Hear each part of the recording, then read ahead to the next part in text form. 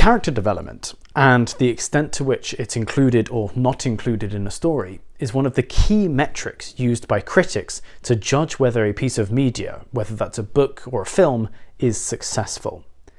Character development is key to creating a convincing and compelling narrative in your story. So today I want to walk you through a few different things that you need to include in order to make sure that your story has good character development.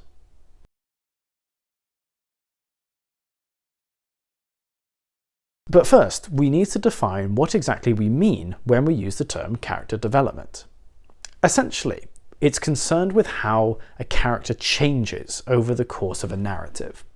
Now, notice that I didn't use the word grow there, because character development isn't always positive. It can be negative too. But basically what we're wanting to focus on is how a character is changed by the experiences that they go through, or molded by the events that happen to them over the course of a narrative. Really, we're just focused on how this character changes from the start of the story to the end of the story. But doing that is a lot easier said than done. There's a few elements that we really need to keep in mind when we're trying to create realistic and compelling character development over the course of a story. So let's examine a few of those now. First, and most importantly when designing character development, you have to realize that no character can be perfect. Just like real people, your characters in your story have to have strengths and weaknesses. They have to have vices and virtues. There's nothing more boring than watching a perfect character overcome every obstacle with ease and having no flaws about them. What really draws people in and makes them convinced by a character is that they can see some of their own strengths and weaknesses within that person. And because there's no perfect people, having a perfect character who's all strength and no weakness means that we can't relate to that person and your audience will quickly lose interest in what they're doing. Let's look at a really good example of a three-dimensional, strong and weak character. Evelyn Wang from Everything Everywhere All at Once is a great example of a deep, rich and three-dimensional character. She's hardworking, loyal to her family, and doing everything she can to help her business succeed. But she's also impatient, belligerent, and overly concerned with controlling the perception of her daughter. By the end of the film, and without spoilers, she's overcome many of these flaws and emerges a better, stronger person because of it. It's so important that we've included these weaknesses that we can all relate to so that the audience here connects with Evelyn and wishes her to succeed. It's really important to note as well that this also counts for our antagonists, for the bad people within our story. They need to have good points as well as bad points. We don't want just some mustache-twirling villain. We want a three-dimensional, deep, rich character who maybe, in part of us, almost agrees with what they're doing and can understand why they're doing it. Let's look at another really great example of a three-dimensional villain. Hans Landa from Inglourious Basterds is a great example of a villain with positive and negative attributes. He's intelligent and charismatic and confident and able to adapt to almost any situation. These are all things that most of us would consider to be good. But he's also brutal and manipulative and callous and vicious. We don't like him because of these negative traits, but such a compelling villain allows us to root all the more for our protagonists. Long story short, your protagonist and your antagonist must have strengths and weaknesses. Weaknesses for them to overcome and save the day, and strengths to be defeated in our antagonist. So don't forget that. No character is perfect. Secondly, we need to understand what the character's motivations are. We, as the reader or as the audience, want to know why this character is doing the things that they're doing. Are they moving closer to their goal or further away from it? How are they justifying their actions in the pursuit of this motivation? Just like in real life again, all of us have motivations for doing everything that we do. We study hard because we want to learn a language. We exercise a lot because we want to impress our crush. Or maybe we just relax and watch YouTube because we want to relax. But every action that we take has a motivation behind it. So it's really important that when you're writing a character, you know why they're doing things and you establish this early in order to invest the reader in the journey. Think about Harry Potter wishing to avenge his parents by defeating Lord Voldemort, or Thanos wanting to bring balance to an overpopulated, greedy universe.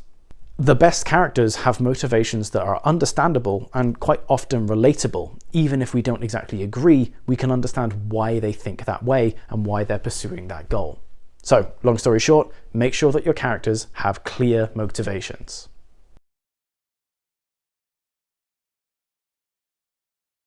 Third, a super important part of any good story is a challenge or an obstacle for our protagonist to overcome. It's so important that when a character's going on a journey, they don't get everything their own way, that their weaknesses are exposed or their strengths aren't quite good enough. We need our character to fail. We need them to go through hardships. There's even an old expression in writing and filmmaking, which is that a character is only as great as the problem that they overcome. So the bigger the problem, the more satisfied we feel when our hero or heroine has overcome that challenge. Challenges can take many forms. They could be the villain or the antagonist, a character who's working against our hero achieving their goals. They could be physical or mental limitations based on our character's weaknesses that are exploited. But whatever they are, they need to be convincing and they need to stand in the way of our hero from reaching their objective. Great examples are Darth Vader to Luke Skywalker, who poses an enormous challenge to the young Jedi, or Katniss Everdeen facing the machine of the Capitol. As people, we're drawn to underdog stories and tales of people beating the odds.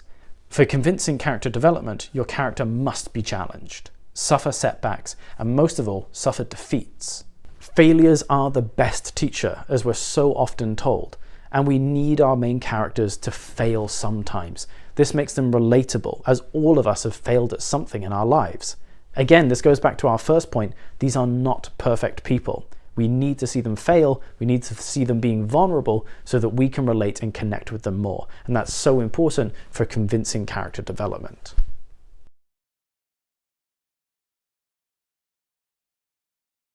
The final point is connected to everything we've talked about already, which is that the success the character achieves must be earned.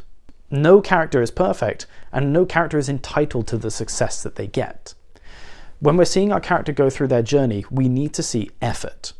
You can't study a language and just be good at it one day. You have to put in a lot of work. Rocky trained day and night to become the fighter that he was at the end of his film, and he still lost, but we felt like he'd won because we saw how much effort and hard work he put into achieving that success. Frodo had his finger bitten off and was stabbed and corrupted by the ring, and that's what made us drawn to him all the more. We saw how hard he tried in order to achieve his success. So overcoming obstacles and reaching this objective cannot and must not be easy for our character. We need to see them struggle. We need to see them put in the work. We need to see them training and studying in order to become stronger and defeat the weaknesses within their character and overcome the obstacles that are ahead of them.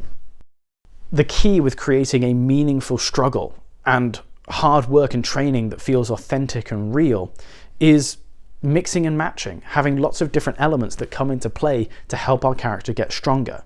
This could be getting guidance from a mentor, asking for help when they're at their lowest point, failing and being motivated to try again. There are lots of different tools that we can use here to make sure that success feels earned. But that's what it must be. It must be earned, because nothing in life is given to you on a plate. And if it is, people around you don't generally like that.